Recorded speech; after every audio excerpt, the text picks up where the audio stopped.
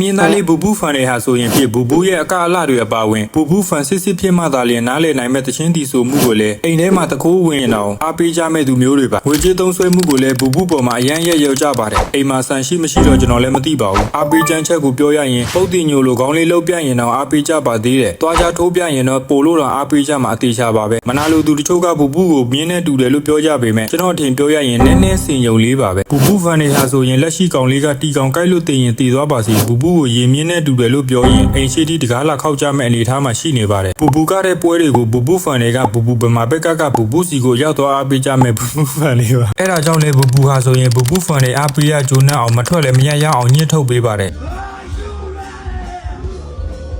အတန်ကိုပြောတာပါအလဲမှာကွဲတာကိုကြိုက်လို့ဘူဘူးဟာအလဲကွဲစပင်ကေကိုထားလေးရှိပါတယ်တခါတလေမြင်းမီးလို့စပင်ကိုအနောက်မှာစီးထားတတ်ပေမဲ့ဘာကေလဲဆိုတာခေါ်မတတ်လို့မသိပါဘူးနောက်ထပ်ဒီလိုဗီဒီယိုတွေကိုမျက်စိနောက်အောင်တင်ဆက်ပေးအောင်မှာဖြစ်လို့လိုအပ်ရင်ဘလော့ထားဖို့ကိုလည်းတိုက်တွန်းလိုက်ပါတယ်